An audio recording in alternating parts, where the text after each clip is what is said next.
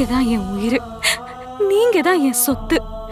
எங்க அண்ணன், என் அப்பா, என் அம்மா, எல்லாரோட உறவா நீங்க எனக்கு இருக்கீங்க.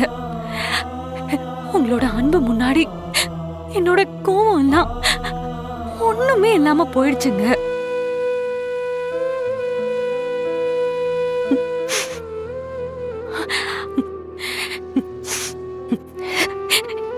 எப்போ நான் உங்களோட உண்மையான அன்பை புரிஞ்சுக்கிட்டனோ அப்போல இருந்து நீங்க எனக்கு கிடைச்சத பெரிய பாக்கியமா நினைச்சிட்டு இருக்கேன். அது நீங்க தான் ஆக்சிடென்ட் பண்ணீங்கன்னு எப்போ எனக்கு தெரிஞ்சதோ அப்ப என்னால அதை ஏத்துக்க முடியலங்க. எனக்கு என்ன பண்றதுனே தெரியல. அதனாலதாங்க உங்களை விட்டு விலகி விலகி போயிட்டு இருந்தேன்.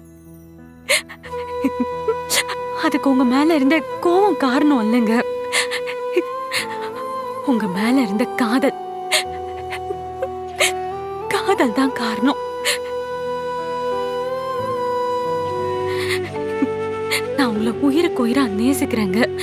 உங்க கூட முழுசா சந்தோஷமா வாழணும்னு நினைக்கிறேன். அதுக்கு நம்ம குழந்தை தான் சாட்சி. கண்மணி, நம்ம குழந்தை தாங்க சாட்சி. கண்மணி, கண்மணி, அழாத கண்மணி, ப்ளீஸ் அழாத கண்மணி. அதெல்லாம் பழசுங்க.